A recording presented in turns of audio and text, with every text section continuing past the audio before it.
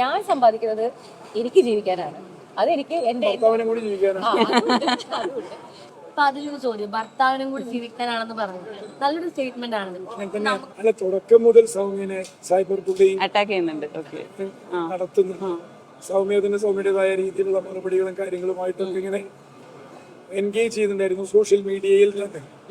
അതൊരു മീഡിയ അറ്റൻഷനിലേക്ക് വരുത്തുന്നതിനോ അല്ലെങ്കിൽ പ്രചരണത്തിന്റെ ഭാഗമായി നിന്ന് മറുപടി പറയുന്നതിനോ സൗമ്യ താല്പര്യപ്പെട്ടില്ല എന്നുള്ളത് കൊണ്ട് തന്നെ സൗമ്യയുടെ കൺസേൺസ് സൗമ്യ വ്യക്തമായി പ്ലേസ് ചെയ്തിരുന്നു. പക്ഷേ തികച്ചും ദൗർഭാഗ്യകരമായിട്ട് സൗമ്യയുടെ വോട്ടിന്റെ കാര്യത്തിനെയൊക്കെ ഒരു കള്ളി എന്ന് പറയുന്നത് പോലെ വ്യാജ വോട്ടർ എന്നൊക്കെ പറയുന്നത് സൗമ്യക്ക് വല്ല സെൽഫ് എസ്റ്റീം ഉള്ള കൂട്ടത്തിലാണ്. എല്ലാ സ്ത്രീകളും അങ്ങനെ ആവണം എന്നുള്ള പക്ഷക്കാരനാണ്.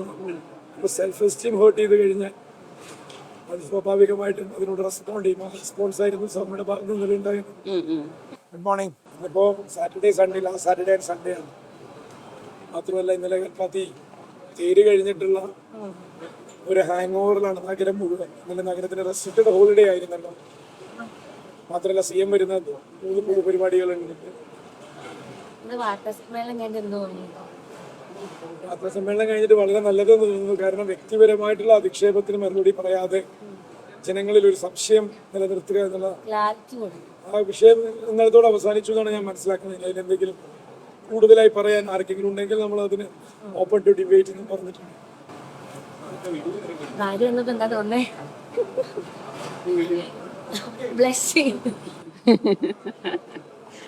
എപ്പത്തിയ നാട്ടിലെപ്പത്തിയ? ഇന്നലെ രാവിലെ.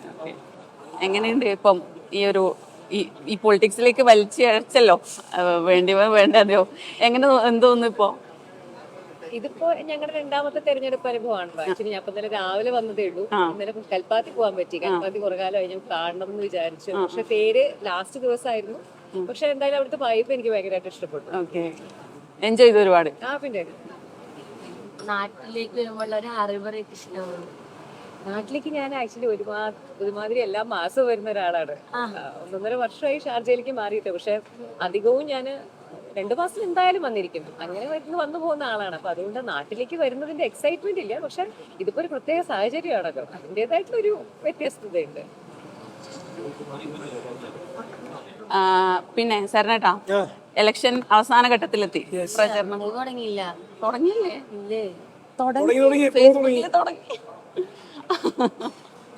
അതായത് ഇലക്ഷൻ അവസാന ഘട്ടത്തിലെത്തി. ഇനി 3 ദിവസം മാത്രമേ ഉള്ളൂ. പ്രചരണവും അതിന്റെ അവസാന ഘട്ടത്തിലാണ്. ഈ ഒരു ജേണിയും ഇപ്പം എന്ത് തോന്നുന്നു? 4 ആഴ്ച കംപ്ലീറ്റ് ചെയ്തു. 4 ആഴ്ച നമ്മൾ പിന്നിട്ടിരിക്കുകയാണ്. ഈ 4 ആഴ്ചയിൽ ഓരോ ആഴ്ചയും ഓരോ ഘട്ടങ്ങളായിട്ട് എനിക്ക് ഫീൽ ചെയ്തിരിക്കുന്നു. അത് നമ്മളിങ്ങനെ പതികാലത്തിൽ ഇങ്ങനെ തുടങ്ങി മെല്ലെ മെല്ലെ കൊട്ടിക്കയറി കലാശത്തിലേക്ക് ഇങ്ങനെ എത്തിക്കൊണ്ടിരിക്കുകയാണ്. അപ്പോൾ അതിൻ്റെതായ ഒരു താളവും അതിൻ്റെതായിട്ടുള്ള ഒരു ആളുകളുടെ ഇടയിലേക്ക് അത് ചെന്നെത്തുന്നതിൻ്റെ ഒരു ഡെപ്ത് നമ്മൾ മനസ്സിലാക്കുകയാണ്. ആളുകൾ ഇപ്പൊ ഭയങ്കര കൺവിൻസ്ഡ് ആണല്ലേ. പിന്നെ വോട്ട് ചെയ്യേണ്ടത് ആർക്ക് എന്നുള്ളതിലേക്ക് അവര് തീരുമാനത്തിൽ എത്തിക്കഴിഞ്ഞിരിക്കുന്നു. അതിനെ ലാസ്റ്റ് മിനിറ്റിൽ അട്ടിമറിക്കപ്പെടുക എന്നുള്ളത് ഇന്നും നാളെയും മുഖ്യമന്ത്രി വന്ന വികസന വിഷയങ്ങളിലുള്ള ക്ലാരിറ്റി നൽകുന്നതോടുകൂടി അത് സീൽഡ് ആവാൻ പോവുകയാണ്. അതായത് നമുക്ക് ജനവിധി 23-നാണെങ്കിലും നമുക്കത് 20-നാണ് വോട്ടെടുപ്പ് എങ്കിലും 17-ാം തീയതി 18-ാം തീയതിയോടുകൂടിയാണ് ജനങ്ങളുടെ മനസ്സിൽ അതൊരു ക്ലാരിറ്റിയോടുകൂടി തീരുമാനിക്കപ്പെടാൻ പോവുകയാണ്. ശരിക്കും ഇപ്പൊ ഈ പ്രചരണത്തിന്റെ 4 ആഴ്ചകൾ പറഞ്ഞല്ലോ, ഈ അവസാന ഘട്ടത്തിലാണ് ഈ പറഞ്ഞ ഫാമിലിനെയും കൂടി ഇതിലേക്ക് വലിച്ചെടുക്കാന്നുള്ളൊരു സംഭവം ഉണ്ടായിരിക്കുന്നത്. ചേട്ടനെന്താ തോന്നുന്നു ഇപ്പോ? അല്ല, തുടക്കം മുതൽ സൗമ്യനെ സൈബർ ബുള്ളിങ് അറ്റാക്ക് ചെയ്യുന്നുണ്ട്. നടത്തുന്നു.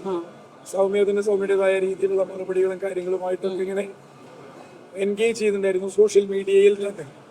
അതൊരു മീഡിയ അറ്റൻഷനിലേക്ക് വരുത്തുന്നതിനോ അല്ലെങ്കിൽ പ്രചരണത്തിന്റെ ഭാഗമായി നിന്ന് മറുപടി പറയുന്നതിനോ സൗമ്യ താല്പര്യപ്പെട്ടില്ല എന്നുള്ളത് കൊണ്ട് തന്നെ സൗമ്യയുടെ കൺസേൺസ് സൗമ്യ വ്യക്തമായി പ്ലേസ് ചെയ്തിരുന്നു. പക്ഷേ തികച്ചും ദൗർഭാഗ്യകരമായിട്ട് സൗമ്യയുടെ വോട്ടിന്റെ കാര്യത്തിനെയൊക്കെ ഒരു കള്ളി എന്ന് പറയുന്നത് പോലെ വ്യാജ വോട്ടർ എന്നൊക്കെ പറയുന്നത് സൗമ്യക്ക് വല്ല സെൽഫ് എസ്റ്റീം ഉള്ള കൂട്ടത്തിലാണ്. എല്ലാ സ്ത്രീകളും അങ്ങനെ ആവണം എന്നുള്ള പക്ഷക്കാരനാണ്.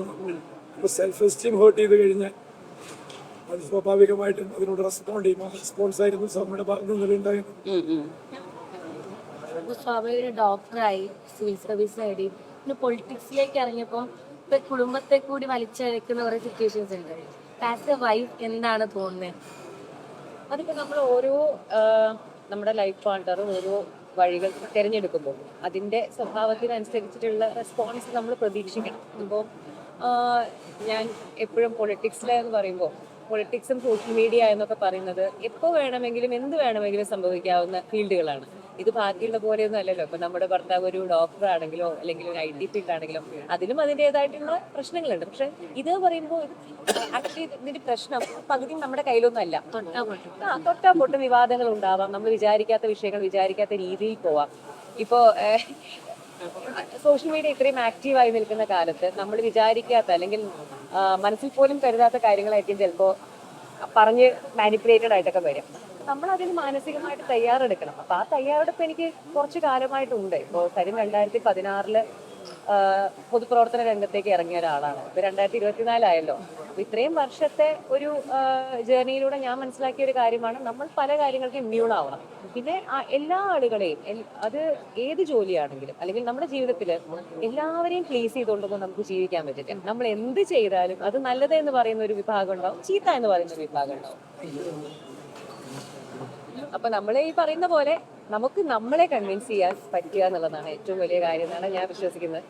അത് മാത്രം മതി. നമുക്ക് നമ്മുടെ മനസ്സാക്ഷിയോടെ നമ്മൾ ചെയ്യുന്ന കാര്യങ്ങൾ ശരിയാണോ തെറ്റാണോ എന്ന് നമ്മളോട് ആത്മപരിശോധന നടത്തുക. അത് ശരിയാണ് എന്നുള്ള ഉത്തരം നമ്മളിൽ നിന്ന് കിട്ടിക്കഴിഞ്ഞാൽ മുന്നോട്ട് പോവുക. അപ്പോൾ നമ്മുടെ കൂടെ ഉള്ളവരുണ്ടാവും, വിമർശിക്കുന്നവരുണ്ടാവും, എല്ലാവരെയും ഉൾക്കൊണ്ട് മുന്നോട്ട് പോവുക. അതാണ് എൻ്റെ ഒരു രീതി. ഇതിനിടയിൽ ഒരു പേഴ്സണൽ കാര്യം ചോദിച്ചോട്ടെ, പലരും അറിയാൻ ആഗ്രഹിക്കുന്നവരാ, നിങ്ങളുടെ ലവ് മാരേജ് ആയിരുന്നു? ആണല്ലോ, അതെല്ലാവർക്കും അറിയുന്നതുമാണ്. എങ്ങനെയാണ് അതിന്റെ സ്റ്റോറി ഒന്ന് ഷെയർ ചെയ്യാവോ? സൗമ്യ പരിയാരം മെഡിക്കൽ കോളേജ് ആയിരുന്നു, ഞാൻ കാലിക്കറ്റ് മെഡിക്കൽ കോളേജ്. ഞാൻ പറയാം. ഞാൻ പറഞ്ഞത് ശരിയാണ്. അങ്ങനെയല്ല, സാറിന് സൗണ്ടിന്റെ ബുദ്ധിമുട്ട് കൂടിയുണ്ട്. ഞാൻ കൂടുതൽ സ്ട്രെയിൻ ചെയ്യുന്നില്ല. ആക്ച്വലി ഞങ്ങള് 2003 പരിചയപ്പെടുന്നത്.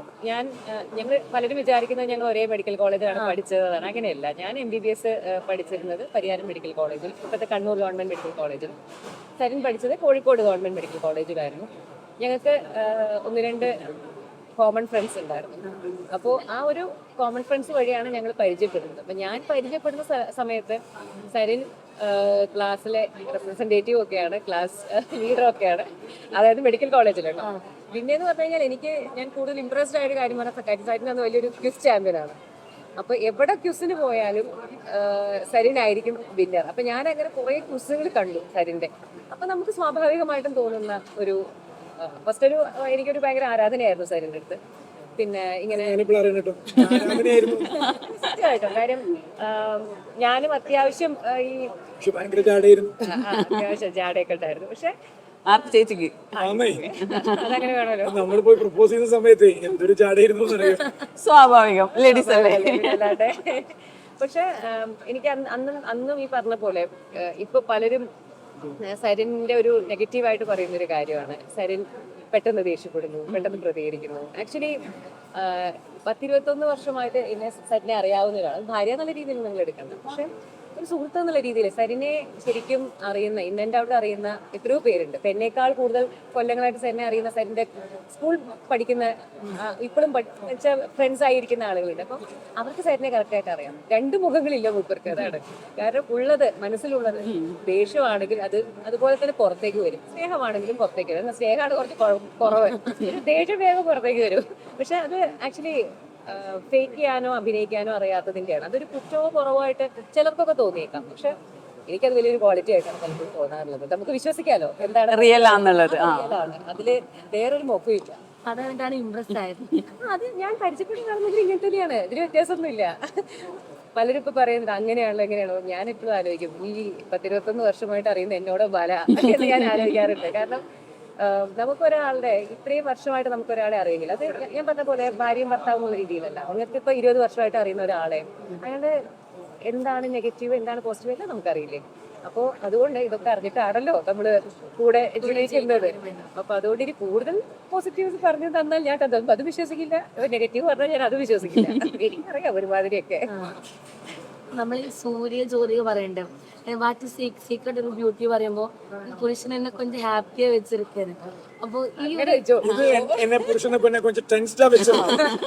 Always keeping on her toss. അതാണ് എന്റെ ഒരു രീതി. ചോദ്യം പറയുന്ന പോലെ ഷീ കനോട്ട് ഗസ് എന്താ പറയാ ഇന്ന് എങ്ങനെയായിരിക്കും അല്ലെങ്കിൽ കുറച്ച് കാലത്തേക്കുള്ള സ്റ്റെബിലിറ്റി എങ്ങനെയാണ് ഞാൻ കൊണ്ടുവരിക. No clue at all. Always എന്താ പറയാ ഓൺ എ ഗസ് മോഡ്. അങ്ങനെയാണ് അത്. പക്ഷെ അറിയാം ആൾക്ക് ഞാനൊരു അതുകൊണ്ട് തന്നെ ചിലപ്പോ അത് അവർക്ക് വറി ചെയ്യുന്നുണ്ടാവില്ല. അല്ലെ തുടക്കത്തില് ഞാൻ പറഞ്ഞല്ലോ, ഇപ്പൊ നമ്മളിപ്പോ സൂര്യൻ ജ്യോതിയൊക്കെ നമ്മുടെ ഈ പറയുന്ന പോലെ വളരെയധികം സന്തോഷത്തോടു കൂടിയും നമ്മുടെ ഇഷ്ടത്തോടു കൂടിയും കാണുന്ന കപ്പിളൊക്കെയാണ്. ഓരോ കപ്പിൾസിനും ഓരോ കെമിസ്ട്രി ഉണ്ട്. നമ്മുടെ നാട്ടുകാരുടെ പ്രശ്നം പറഞ്ഞാൽ അതിനെ ജനറലൈസ് ചെയ്യാൻ നോക്കുക എന്നുള്ളത് എല്ലാ ഭാര്യ ഭർത്താക്കന്മാരും വിലയായിരിക്കും എന്നുള്ളൊരു ജനറലൈസേഷൻ അങ്ങനെയല്ല. ഓരോരുത്തർക്കും ഓരോ രീതിയല്ലേ. മാത്രമല്ല ഞങ്ങളുടെ കെമിസ്ട്രി ഞങ്ങൾ ഓരോ ദിവസം കഴിയുന്നതോറും അതെല്ലാ കപ്പിളും അങ്ങനെ തന്നെ കേട്ടോ പുതുതായിട്ട് റീഇൻവെന്റ് ചെയ്യുന്നത് പലപ്പോഴും നോക്കി. ഇന്നലെ രാത്രി ഇന്നലെ വൈകിട്ടൊക്കെയുള്ള സമയങ്ങളിൽ എനിക്കൊരു പുതിയ എന്താ പറയുക ഒരു ഊർജം കിട്ടാൻ സമയം ഒന്ന് രണ്ട് വാക്കുകൾ അല്ലെങ്കിൽ അവളുടെ ഒരു ഇമോഷണൽ ആയിട്ടുള്ള ഭയങ്കര അഡ്മയർ ചെയ്ത് കേൾക്കുന്നത് കണ്ടിരുന്നു. ഈ മറ്റേ പത്രസമ്മേളനത്തിന്റെ സമയത്ത് തന്നെ ഇങ്ങനെ കേട്ടിരിക്കുന്നുണ്ടായിരുന്നു അത് കണ്ടോണ്ടിരിക്കുമ്പോ. അബദ്ധം പലതും പറയുന്നതാണ്. അതായിരുന്നല്ലേ ടെൻഷൻ. നമുക്കറിയാലോ, ഞാൻ കുറച്ചും പൊളിറ്റിക്കലി കറക്റ്റ് ആവാൻ അറിയില്ല എന്ന് വെച്ച് കഴിഞ്ഞാൽ പൊളിറ്റിക്കൽ സ്റ്റേറ്റ്മെന്റ് കറക്റ്റ് ആവാൻ അറിയില്ല. ഇത് വേണോ ഒരെണ്ണം അവിടെ കൊടുത്തോളൂ. അവിടെ എനിക്ക് രണ്ടെണ്ണം മതി മതി ഒന്നവിടെ എനിക്കിത് മതി. ഒന്നൊന്ന് ഷെയർ ചെയ്തോളാം.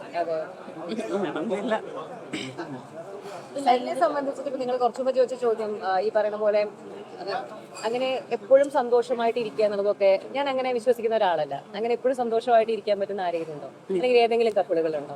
ചിലപ്പോൾ സൂര്യക്കും ജ്യോതിക്കൊക്കെ പറ്റുന്നുണ്ടായിരിക്കും, എനിക്കറിയില്ല. പക്ഷെ ഞങ്ങൾ അങ്ങനെയൊന്നും അല്ല. നമ്മളിപ്പോ അങ്ങനെ വെറുതെ പൈങ്കിളി നോണ പറയേണ്ട കാര്യമൊന്നുമില്ലല്ലോ. ഞങ്ങളുടെ ജീവിതത്തിൽ സന്തോഷവും സങ്കടവും ദേഷ്യവും അടികൂടലും ഈ പറയുന്ന പോലെ ഡിഫറൻസസ് ഒക്കെ ഒപ്പീനിയനും ഒക്കെ ഉണ്ട്. കാര്യം ഞങ്ങൾ രണ്ടിനും കംപ്ലീറ്റ്ലി ഡിഫറെന്റ് ആയിട്ട് രണ്ട് എക്സ്ട്രീമിൽ നിൽക്കുന്ന രണ്ടാളുകളാണ്. അപ്പൊ ഞാൻ എപ്പോഴും പറയുന്ന പോലെ നമ്മൾ ജനറലൈസ് ചെയ്യണ്ട. പക്ഷെ എന്തൊക്കെ ഉണ്ടെങ്കിലും അവസാനം ഞാൻ പറയാറുണ്ട്, നമ്മുടെ ഒരു ഡിസിഷൻ. ഇപ്പോൾ പലരും എന്നോട് ചോദിച്ചു, എന്നെ തിരുത്താമായിരുന്നില്ലേ? എന്തിനാ തിരുത്തല്? എന്നെ ഇതുവരെ അങ്ങനെ പറഞ്ഞ് ഞങ്ങൾ അങ്ങോട്ടും ഇങ്ങോട്ടും എന്ത് കാര്യമാണെങ്കിലും, ഇപ്പൊ എൻ്റെ ഒരു ജോലിക്കാര്യമാണെങ്കിലും ഞാൻ എന്തെങ്കിലും ഒരു തീരുമാനം എടുക്കുകയാണെങ്കിലും ഞങ്ങൾ അങ്ങോട്ടും ഇങ്ങോട്ടും ഡിസ്കസ് ചെയ്യാറുണ്ട്. പക്ഷെ എന്നിൽ ഒന്നും ഇമ്പോസ് ചെയ്യാറില്ല. ഇങ്ങനെ ചെയ്യണം അങ്ങനെ ചെയ്യണം എന്നുള്ള ഈ തിരുത്തലുകളൊന്നും 14 വയസ്സായില്ലേ, നമുക്ക് സ്വന്തമായിട്ട് അത് തെറ്റാണെന്ന്. അങ്ങനെയാണ് കുട്ടികൾക്കൊക്കെ ഇതെന്താ ബ്രോ തന്നെ. പക്ഷെ പറയാ കാര്യം നമ്മള് അത്യാവശ്യം ലോകമൊക്കെ കണ്ടതല്ലേ. അപ്പൊ അതുകൊണ്ട് അങ്ങനെ ഒരു തിരുത്തലിന്റെ ആവശ്യത്തിന്റെ കാര്യമൊന്നുമില്ല. നമ്മൾ കൺവിൻസ്ഡ് ആയിട്ട്, ഞാൻ കുറച്ചു മുമ്പ് പറഞ്ഞില്ലേ, നമുക്ക് ശരിയെന്ന് തോന്നുന്ന രീതിയിൽ നമ്മൾ കൺവിൻസ്ഡ് ആയിട്ട് ഒരാൾ തീരുമാനം എടുത്തു കഴിഞ്ഞാൽ ഞങ്ങളുടെ രീതി അവരുടെ കൂടെ നിൽക്കുക, മാനസികമായിട്ട് കൂടെ നിൽക്കുക എന്നുള്ളതാണ്. മുന്നോട്ട് വരുന്ന അത് ചിലപ്പോൾ നല്ലതായിരിക്കാം, ചീത്തയായിരിക്കാം, അത് ഓൺ ചെയ്യണം. അപ്പൊ ഞങ്ങൾ 12 വയസ്സുള്ള മോളെ പോലും തീരുമാനങ്ങൾ അവളുടെ പുറത്ത് ഞങ്ങൾ അടിച്ചേൽപ്പിക്കാറില്ല. ഒരു കുഞ്ഞി തീരുമാനമാണെങ്കിൽ പോലും ഇപ്പൊ ഞങ്ങൾ ബാഡ്മിന്റൺ ചേർക്കാൻ പോയി. അപ്പോൾ എവിടെ പോകണം, അവളെ 3-4 സ്ഥലത്ത് ഞങ്ങൾ കൊണ്ടുപോയി. ഓരോ സ്ഥലം അവള് കണ്ടു. എനിക്ക് ഇഷ്ടപ്പെട്ട സ്ഥലമല്ല അവൾക്ക് ഇഷ്ടപ്പെട്ടത്. അപ്പോൾ ഞാൻ അവളുടെ അടുത്ത് പറഞ്ഞു, ഇവിടെ ഇന്ന പോസിറ്റീവ്സ് ഉണ്ട്, അവിടെ ഇന്ന നെഗറ്റീവ്സ് ഉണ്ട്, അവിടെ ഇന്നത് പോസിറ്റീവ് ഉണ്ട്, ഇവിടെ ഇന്നേനെ പറഞ്ഞു കൊടുക്കുക. ഇതൊക്കെയാണ് കേട്ടോ നമ്മുടെ ഒരു രീതി. അപ്പൊ അവൾ അവളുടേതായിട്ടുള്ള അവളുടെ കാഴ്ചപ്പാട് പറയും. ഇവിടെ ഞാൻ കണ്ട പോസിറ്റീവ്സ് ഇതാണ്, അമ്മ കണ്ടത് ഇതാണെങ്കിൽ ഞാൻ കണ്ടത് ഇതാണ്, അവരുടെ കാഴ്ചപ്പാട് വേറെയല്ലേ. അപ്പോൾ തീരുമാനം ഞങ്ങൾ എപ്പോഴും അവൾക്ക് വിട്ടുകൊടുക്കാറാണ്. ചിലപ്പോൾ തെറ്റട്ടെ. അങ്ങനെ തെറ്റി ട്രയൽ ആൻഡ് എററിലൂടെ തന്നെയാണ് കുട്ടികൾ പഠിക്കേണ്ടത്. അങ്ങനെയാണ് ഞങ്ങൾ വിശ്വസിക്കുന്നത്. ഞങ്ങളും അങ്ങനെ തന്നെയാണ്, ട്രയൽ ആൻഡ് എററിലൂടെ തന്നെയാണ് ഞങ്ങളും പഠിക്കുന്നത്. യൂഷ്വലി ലേഡീസിനോട് ചോദിക്കുന്നവരും സരനേട്ടനോട് ചോദിക്കാം, ഈ പൊളിറ്റിക്കൽ ലൈഫും പൊളിറ്റിക്കൽ കരിയറും ഫാമിലി ലൈഫും എങ്ങനെ മാനേജ് ചെയ്യുന്നത്, ബാലൻസ് ചെയ്തുകൊണ്ട് പോകുന്നത് എങ്ങനെയാണ്? അത് സൗമ്യയാണ് ബാലൻസ് ചെയ്യുന്നത്. എനിക്ക് അങ്ങനെ ഒരു ബാലൻസ് ചെയ്യേണ്ടി സുഖമായിരിക്കണോ? കഴിച്ചോ? Good morning. വലിയ ഫാനാണെന്ന്.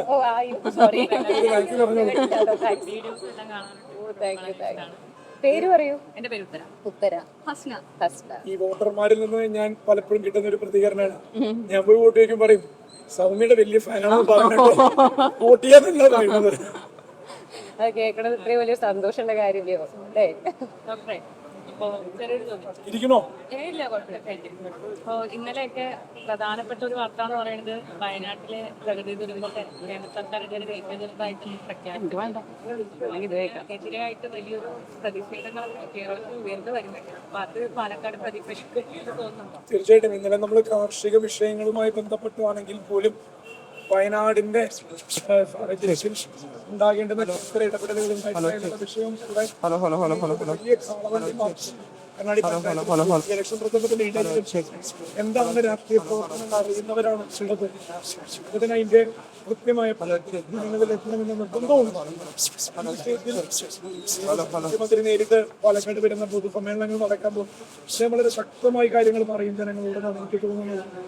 കാണിക്കുന്നത് തോന്നിവാസല്ലേ.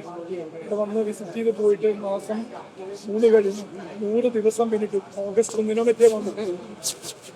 അപ്പോ ഒരു തരത്തിൽ പറഞ്ഞു കഴിഞ്ഞാൽ ബിജെപി ഭരിക്കാത്തൊരു സംസ്ഥാനത്തെ ഞങ്ങള് ഇന്ത്യയിലായി കണക്കാക്കുന്നില്ല എന്ന് പറയുന്നതിന് തുല്യമാണ്.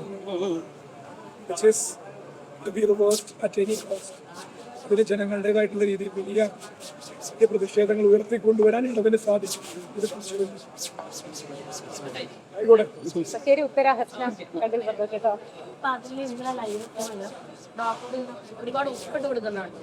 അതായത് നമുക്ക് വേണ്ടി ഒന്നും ചെയ്യുന്നില്ലാത്തൊരു സിറ്റുവേഷനാണ് കടന്നു വന്നത്. അപ്പൊ ഈ ഒപ്പിട്ട് കൊടുക്കുന്ന കാര്യങ്ങളൊക്കെ ഇനിയുള്ള 1.5 വർഷം കൊണ്ട് പൂർത്തീകരിക്കാൻ പറ്റുമെന്ന് തോന്നുന്നു.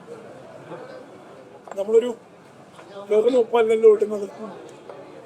വായിച്ചു നോക്കുന്ന ഓരോ കാര്യങ്ങളും ബോധ്യപ്പെട്ടിടുന്ന ഒപ്പില് ആ ബോധ്യങ്ങൾക്ക് ഭയങ്കര ഒരു ദൃഢതയുണ്ട്. നമ്മൾ നേരിട്ട് കണ്ട് മനസ്സിലാക്കിയ പ്രശ്നങ്ങളാണെല്ലാം അതിന്റെ റീസണബിൾ പരിഹാരങ്ങളാണ് നമ്മൾ മുന്നോട്ട് വെക്കുന്നത്. ഇതാ ഇപ്പൊ ശരിയാക്കി തരാൻ നല്ല പറയുന്നത്. അഡ്മിനിസ്ട്രേറ്റീവ് കപ്പാസിറ്റിയിൽ ഇരുന്ന ഒരാളെന്നുള്ള രീതിയിൽ 6.5 കൊല്ലത്തോളം ഗവൺമെന്റ് ഓഫ് ഇന്ത്യയുടെ ജനങ്ങളുടെ സെർവന്റ് ആയിരുന്നു ഞാൻ. അതിന്റെ ഭാഗമായിട്ട് എങ്ങനെയാണ് ഫയൽ മൂവ്മെന്റുകൾ നടക്കുന്നത്, സർക്കാരിന്റെ ഫിനാൻഷ്യൽ അപ്രൂവലുകൾ വരുന്നത്, ഇതിന്റെയൊക്കെ ഒരു കാലതാമസം നമുക്കറിയാം. അതിനെയൊക്കെ ഉൾക്കൊണ്ടുകൊണ്ടാണ് ഓരോ പ്രൊജക്ടിന്റെയും അടിയന്തരമായ ഇടപെടലുകൾക്കുള്ള ടൈം ഫ്രെയിം പോലും നമ്മൾ ഒപ്പിട്ട് നൽകിയിരിക്കുന്നു. ആ കമ്മിറ്റ്മെന്റിനൊന്നും കണ്ണുവിട്ട് നമ്മൾ വ്യതിചലിക്കില്ല, ഒരു സംശയവും വേണ്ട. അപ്പോഴും പറഞ്ഞ പോലെ ഈ 1.5 വർഷം പറയുന്നത് വളരെ ഒരു ചുരുങ്ങിയ കാലഘട്ടമല്ലേ? അല്ല, സത്യം പറഞ്ഞാൽ വലിയൊരു കാലഘട്ടമാണ് 500 ദിവസം എന്ന് പറയുന്ന ഈ 1.5 വർഷം ചെയ്യണമെന്ന് വിചാരിച്ചാൽ ഇന്റന്റ് വേണം. അതില്ലാതെ പോകുന്നത് കൊണ്ട് മാത്രം പലതും നടപ്പിലാകാതെ പോയ ഒരു അസംബ്ലിയാണ്. നിങ്ങളിപ്പോ പുറമേന്ന് വന്നപ്പോ ഇതൊക്കെ കണ്ട് മനസ്സിലാക്കിയില്ലേ? കേട്ട പാലക്കാടല്ല, കാണുന്ന പാലക്കാടെന്നും. ഇതൊരു നഗര, പ്രത്യേകിച്ച് ജില്ലാ ഹെഡ്ക്വാർട്ടേഴ്സുകളിൽ ഏറ്റവും പുറകിൽ നിൽക്കുന്ന ജില്ലാ ഹെഡ്ക്വാർട്ടേഴ്സ് ഏതാണെന്ന് ചോദിച്ചാൽ അത് നിർഭാഗ്യവശാൽ പാലക്കാടാണ്. മറ്റ് 13 ജില്ലാ ഹെഡ്ക്വാർട്ടേഴ്സ് എത്ര ഗംഭീരമായിട്ടാണ് ടൗൺ ഡെവലപ്മെന്റുകൾ നടത്താൻ അവിടുത്തെ പ്രദേശത്തെ MLA-മാരൊക്കെ ഇടപെട്ടിരിക്കുന്നത്.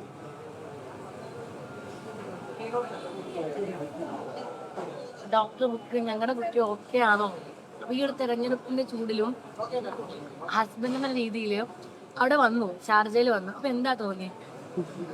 ഞാൻ സത്യം പറഞ്ഞു കഴിഞ്ഞാൽ സാറിനോട് ഡേറ്റ് പറഞ്ഞിരുന്നു. പക്ഷെ അതിനുശേഷം ഞാൻ വരണമെന്ന് ഒരു തവണ പോലും പറഞ്ഞില്ല. കാരണം എനിക്കറിയാം ഇവിടുത്തെ തിരക്ക് എന്തായിരിക്കും, ഇവിടുന്ന് ഒരു ദിവസം ക്യാമ്പയിനിൽ നിന്ന് മാറി നിൽക്കുന്നതിന്റെ ഇഫക്റ്റ് എന്തായിരിക്കും. കാരണം ഒരു തെരഞ്ഞെടുപ്പുകാരൻ കണ്ട ഒരാളാണ്. അപ്പൊ ഓരോ ദിവസവും നമുക്ക്, ഓരോ നിമിഷവും നമുക്ക് വിലപ്പെട്ടതാണ്.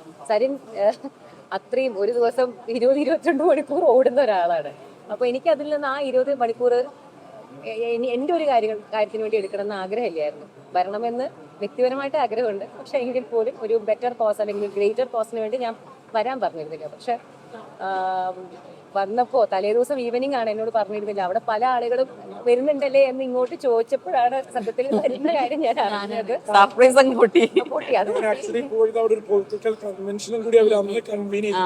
അപ്പൊ അവർ കൺവീൻ ചെയ്യാനുള്ള ദിവസം എന്നോട് ചോദിച്ചപ്പോ ഞാൻ തന്നെ അവർക്ക് സജസ്റ്റ് ചെയ്ത് ഈ ദിവസമാണെങ്കിൽ, കാരണം തെരഞ്ഞെടുപ്പ് ഒരാഴ്ച നീട്ടി കിട്ടിയതുകൊണ്ട് മാത്രം പോകാൻ പറ്റിയത്. എല്ലാ പ്രവാസികളും, അതുകൂടി പറയണം, എല്ലാ പ്രവാസികളുടെയും വോട്ടിനേക്കാൾ അവരുടെ വാക്കിന് വില നൽകുന്നവരാണ് സ്വദേശത്തിരിക്കുന്നവർ. അവർക്ക് വോട്ട് ചെയ്യാൻ ഒരു പക്ഷേ അവരുടെ ജീവിത സാഹചര്യം കൊണ്ട് ഇങ്ങോട്ട് എത്താൻ പറ്റില്ല. പ്രവാസി വോട്ടർമാരായി രജിസ്റ്റർ ചെയ്തവരും ഇപ്പൊ നമ്മുടെ ഇലക്ഷൻ കമ്മീഷൻ പ്രോത്സാഹിപ്പിക്കുന്ന ഒരു രജിസ്ട്രേഷൻ ആണ് പ്രവാസി വോട്ടർ എന്ന് പറഞ്ഞാൽ രജിസ്റ്റർ ചെയ്യാം. പല പ്രവാസത്തിലുള്ളവരുടെയും വോട്ട് അവർ ഇവിടെ താമസിക്കുന്നില്ല എന്ന് കണ്ട് വെട്ടിമാറ്റുന്ന രീതിയും ഇപ്പൊ പ്രകടമാണ്. അപ്പൊ പ്രവാസി വോട്ടർ രജിസ്ട്രേഷൻ അതിന് ഹെൽപ്ഫുൾ ആണ്. അവരെ പിന്നെ ഒരിക്കലും വെട്ടിമാറ്റാനും പറ്റില്ല. എന്നാൽ പോലും ടിക്കറ്റിന്റെ അവൈലബിലിറ്റി, സാമ്പത്തിക ബാധ്യത, പക്ഷെ മനസ്സെന്ന് പറഞ്ഞാലുണ്ടല്ലോ അവിടെയുള്ളവരുടെ, അത് സോഷ്യൽ മീഡിയയിലൂടെയും നേരിട്ട് വിളിച്ചു പറഞ്ഞും മെസ്സേജ് അയച്ചും ഒക്കെ നാട്ടിലുള്ളവരെ അലർട്ട് ചെയ്യുന്നതും അവരോളം രാഷ്ട്രീയ ബോധ്യങ്ങളുള്ളതാണ്. കേരളത്തിലുണ്ടോ എന്ന് ചോദിച്ചാൽ സംശയമാണെന്ന് ഞാൻ പറയാം. അപ്പൊ അവരുടെ പരിപാടി പ്രവാസത്തിൽ എനിക്ക് വിസ പെട്ടെന്ന് കിട്ടാൻ ആയി. നമസ്കാരമുണ്ട് എപ്പത്തി ഈ കൈ തരാത്തത് വേണ്ട, ആ കൈ കൊടുക്കണ്ട. ഞാൻ ഹസ്തദാനത്തിന്റെ ആളാണെന്ന് അറിയാലോ, ചിലരതിന്റെ ആളല്ല. വിവരിക്കണോ? അതെ അതെ, 4 ദിവസം, ടെക്നിക്കലി 3 ദിവസമാണ്. ദിവസങ്ങൾ എണ്ണി നോക്കിയാണെങ്കിലുള്ളൂ. എന്തൊക്കെയുണ്ട് നിങ്ങൾ വിദ്യാർത്ഥികളുടെ പ്രശ്നങ്ങളെ അത്യാവശ്യം ഞാൻ അഡ്രസ് ചെയ്തിട്ടുണ്ടെന്നാണ് ഞാൻ മനസ്സിലാക്കുന്നത്. അത് വേസ്റ്റ് ആവും. ചായ കുടിച്ചിട്ടാണോ വന്നത്? അല്ലല്ലോ, ഓ, പോയി കുടിക്കണം. Mentally നമ്മൾ ഇതൊക്കെ നേരിടേണ്ടി വരും എന്നുള്ള ഒരു ബോധ്യം ഉണ്ടല്ലോ. ഒരു ഈസി ഗോയിങ്ങിന് വേണ്ടി രാഷ്ട്രീയത്തിൽ ആരും ആഗ്രഹിക്കുന്നുമില്ല. നമ്മൾ നല്ലത് ചെയ്യാൻ ശ്രമിച്ചാൽ ചീത്ത പറയാൻ 10 ആൾ കൂടുതലുണ്ടാവും. അത് ഇതിന്റെ ഭാഗമാണ്, പാർട്ട് ആൻഡ് പാർസലാണ്. അതിനർത്ഥം നമ്മൾ നല്ലത് ചെയ്യൽ അവസാനിപ്പിക്കണം എന്നാണ്. അല്ല, let them do their job, I will do my job. അതാണ് മന്ദര. സുഖമായിരിക്കും. പേര് പറയുകയാണ് ലിയ രാംദേവ്. ശരി കേട്ടോ, ഓൾ ദി ബെസ്റ്റ്. ഇതിലേക്ക് പേഴ്സണൽ കാര്യം വലിച്ചെടുക്കില്ലല്ലോ. അപ്പൊ എന്താ രണ്ടാക്കും തോന്നിയത്? ഫാമിലിനെ വലിച്ചെടുക്കാണ്ടായിരുന്നു. അപ്പൊ എന്ത് പറഞ്ഞാൽ അത് ഇരവാദമാവും. ഈ ഇരവാദം കേട്ട് മടുത്തു. കാരണം ഞാനങ്ങനെ കരയുന്ന ഒരാളെ അല്ല. ഞാൻ എൻ്റെ പോസ്റ്റിൽ കൂടി പറഞ്ഞ കാര്യം, ഇരാന്ന് വിളിക്കുന്നത് എനിക്ക് കേൾക്കുമ്പോൾ ഭയങ്കര എന്നെയല്ല കേട്ടോ, ജനറലി ഇര എന്ന് പറയുന്നത് അതൊരു ഭയങ്കര നെഗറ്റീവ് വേർഡാണ്. കാരണം റേപ്പിന് ഇര, മാനഭംഗത്തിന് ഇര. അപ്പൊ നമ്മൾ ഈ സ്ത്രീകളാണല്ലോ ഇര. ഇര എന്ന് പറയുന്നത് തന്നെ വീക്ക്നെസ്സിനെയാണ് അല്ലെ. നമ്മളൊരു ദൗർബല്യമുള്ള ആളുകളാണ്, അല്ലെങ്കിൽ നമ്മൾ അവരെക്കാട്ടും ലെസ് സ്ട്രോങ്ങർ ആയിട്ടുള്ള ആളുകളാണ്. നമ്മൾ ഇതിനൊക്കെ വിധേയപ്പെട്ട് നമ്മുടെ മനസ്സിൽ ഇര എന്ന് പറയുമ്പോൾ വരുന്നൊരു ചിത്രമേ അങ്ങനെയല്ല, ഒരു പാവം മൃഗം അല്ലെ. ഇപ്പൊ ആരെങ്കിലും ഒക്കെ കടിച്ചു കീറാൻ നിൽക്കുന്ന ഒരു പാവം മൃഗം. അപ്പൊ അങ്ങനെ എന്നെന്നല്ല ഒരു സ്ത്രീകളെയും നമ്മൾ ഈ ഇര എന്ന് കൊടുക്കരുത്. അത് എൻ്റെ ഒരു പേഴ്സണൽ ഒപ്പീനിയനാണ്. പിന്നെ ഞാൻ ഈ സൈബർ ബുള്ളിങ്ങിനെ പറ്റിയിട്ട് എവിടെയും കരഞ്ഞിട്ടില്ല. പക്ഷെ ഞാൻ എന്നും, അത് ഇന്ന് എന്നല്ല, ഏത് സ്ത്രീകൾക്കും അല്ലെങ്കിൽ എനിക്ക് എന്ന് സൈബർ ബുള്ളിങ് നേരിട്ടിട്ടുണ്ടോ, ഞാൻ എന്നെല്ലാം വളരെയധികം ബോൾഡായി വന്ന് എന്റെ സ്റ്റാൻഡ് പറഞ്ഞ കാര്യമാണ്. എനിക്ക് എന്റെ കാര്യം പറയുക എന്നുള്ളത്. ഞാൻ ഒരിക്കലും നിങ്ങൾ എന്നെ വന്ന്, അങ്ങനെയാണെങ്കിൽ ഈസി അല്ലേ, കമന്റുകൾ നമുക്ക് ഡിലീറ്റ് ചെയ്യാം, അല്ലെങ്കിൽ അയക്കുന്നവരെ ബ്ലോക്ക് ചെയ്യാം, അല്ലെങ്കിൽ നമുക്ക് കമന്റ് ബോക്സിൽ ഓഫ് ചെയ്ത് ഓടാം. ഇതൊക്കെ നമുക്ക് ഓപ്ഷൻസ് ഉണ്ടല്ലോ സോഷ്യൽ മീഡിയയിൽ. ഞാൻ ഇതൊന്നും ചെയ്യുന്നതാണ്. പറയാനുള്ളവർ പറയട്ടെ, പറയാനുള്ളവരൊക്കെ പറഞ്ഞു എന്ന് വിചാരിക്കുന്ന ഒരാളാണ്. അപ്പോൾ നമ്മൾ കരയുന്നതിനേക്കാൾ ഈസി ഓപ്ഷൻസ് അവിടെ ഉള്ളപ്പോൾ അതല്ല അതിന്റെ കാര്യം. പക്ഷെ ഈ വന്ന് പറയുന്നത്, ഞാൻ ഒരിക്കലും ഒരു പ്രത്യേക, എനിക്ക് തോന്നുന്നു സൈബർ ബുള്ളിങ് എല്ലാവരിൽ നിന്നും നേരിടാൻ ഭാഗ്യം ശ്രദ്ധിച്ച ഒരാളാണ് ഞാൻ. എന്താണ് എൻ്റെ ഒരു കാരണം, അത് പാർട്ടി ഭേദമന്യേ ഞാൻ വാങ്ങിയിട്ടുണ്ട്. പക്ഷെ ഞാൻ ഒരിക്കലും ഒരു പാർട്ടിയെയും ഇന്ന പാർട്ടി സൈബർ ബുള്ളിങ്ങിന്റെ പാർട്ടിയാണ് ഒരിക്കലും ഞാൻ അങ്ങനെ പറയില്ല. കാരണം ഇതൊക്കെ ചെയ്യുന്ന വ്യക്തികളാണ്. അപ്പൊ ഈ വ്യക്തികൾ, ഇപ്പൊ ഒരു പാർട്ടി, അതിന് വ്യക്തികളുണ്ട്, ഡിഫറൻസ് വ്യക്തികൾ. ഞാൻ അവിടെ ചെറിയൊരു വിയോജിപ്പ് രേഖപ്പെടുത്താം. What is happening now is organized. ഒരു സംശയവുമില്ല. ഇപ്പൊ നടക്കുന്നത് ആഹ്വാനപ്രകാരം വേട്ടയാടുകയാണ്. അതെ, അത് നമുക്ക് മനസ്സിലാവുന്നുണ്ടല്ലോ, കാണുന്നുണ്ടല്ലോ. കാരണം ഇതിന് നേതൃത്വം കൊടുത്തത് തന്നെ പ്രതിപക്ഷ നേതാവാണ്. ഈ തെറിവിളി ഒരു സ്വന്തമായിട്ട് തെറി വിളിക്കുന്നില്ല, അത് കോപ്പി പേസ്റ്റ് തെറിവിളിയാണ്. അപ്പോ എന്നാലും ഞാൻ പറയുകയാണ്, ഞാൻ അതിനോട് ഇനിയിപ്പോ ഒരു തരത്തിലും ഇരവാദം ഞാൻ ഇറക്കുന്നില്ല. നിങ്ങൾ വന്നോ, വിളിച്ചോ, സന്തോഷം അടഞ്ഞോട് പൊക്കോ. ഞാനിതൊക്കെ വായിക്കും. ഞാൻ പറഞ്ഞല്ലോ, ഞാൻ അതിനൊക്കെ എന്റെ രോമത്തെ പോലും ഒരു തൊടില്ല. വായിക്കാറുണ്ടോ ഈ കമന്റ്സ് ഒക്കെ?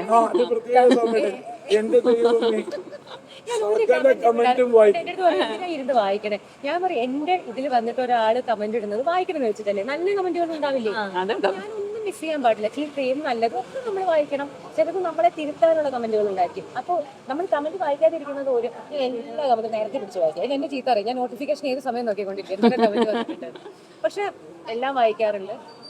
തുടക്കത്തിലൊക്കെ സങ്കടം ഉണ്ടായിരുന്നു കേട്ടോ. നമ്മൾ ആദ്യമേ ഞാൻ ഇത്ര വലിയ സംഭവമാണെന്നല്ല പറയുന്നത്. തുടക്കത്തിൽ ഒക്കെ തുടക്കം പറഞ്ഞാൽ ഞാൻ സോഷ്യൽ മീഡിയ യൂസ് ചെയ്ത് എൻ്റെ പേജ് തുടങ്ങിയ സമയത്തൊക്കെ എനിക്ക് ഒക്കെ വരുന്ന സമയത്ത് ഡിസ്റ്റർബ്. പക്ഷെ ഇപ്പം അതൊക്കെ മാറി, വർഷങ്ങളായില്ലേ. അപ്പം അതുകൊണ്ട് ഇപ്പം അറിയാം അങ്ങനെയൊക്കെ എങ്ങനെ നേരിടണം, ഇതിനൊക്കെ എത്ര വില കൊടുക്കണം എന്ന് എനിക്കിപ്പോൾ നന്നായിട്ട് അറിയാം. എന്തായാലും ഇപ്പൊ ഹാപ്പിയാണ്. ആളെപ്പോഴും അല്ല, രണ്ടുപേരും ഹാപ്പിയാണ്. ഐ മീൻ ഒരുമിച്ചുണ്ടാവുമ്പോ ഞങ്ങൾ ഒരുമിച്ചുണ്ടാവുന്ന സമയങ്ങളെ വളരെ കുറവാണ്. കാര്യം ഞാനിപ്പോ ഷാർജയിലാണ്. ഞങ്ങൾ വരുന്ന സമയത്തല്ലേ ഞങ്ങൾ ഒരുമിച്ചുണ്ടാവാറുള്ളൂ.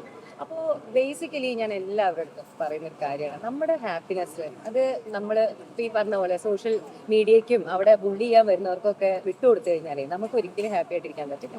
അപ്പോൾ നമ്മൾ നമ്മുടെ ഹാപ്പിനെസിന്റെ താക്കോൽ ഒരിക്കലും വേറൊരാളെ ഏൽപ്പിക്കരുത്, നമ്മുടെ കയ്യിലാവുക എന്നുള്ളതാണ്. അതിൻ്റെ അർത്ഥം നമ്മൾ ഫുൾ ഇട്ട് എങ്ങനെ ചിരിച്ചുകൊണ്ടിരിക്കാനൊന്നല്ല. നമുക്ക് വിഷമമൊക്കെ വരും, പക്ഷെ അത് വേണ്ടപ്പെട്ടവരടുത്ത് ഷെയർ ചെയ്യുക, നമ്മളത് ഡീൽ ചെയ്യുക. പക്ഷെ ആഫ്റ്റർ ഓൾ നമ്മുടെ പീസ് ഓഫ് മൈൻഡ് നമ്മുടെ ഉത്തരവാദിത്തം മാത്രമാണ്, അത് വേറെ ആരും നോക്കില്ല. സൗമ്യ വലിയൊരു ട്രാവൽ ഫ്രീക്കാണ്. ട്രാവൽ ഫ്രീക്ക് എന്ന് പറഞ്ഞാൽ അതിന്റെ എക്സ്ട്രീമാണ്. ഇപ്പോൾ യാത്രകൾ കുറവാണ് പോകാൻ പറ്റുന്നുള്ളൂ എന്നുള്ള ഒരു പരാതി ഉണ്ട്. എന്നാൽ പോലും നമ്മുടെ പ്ലാനിങ് ഒക്കെ ഉണ്ട് ചില യാത്രകൾക്ക് വേണ്ടിയിട്ട് വിശദമായിട്ട്.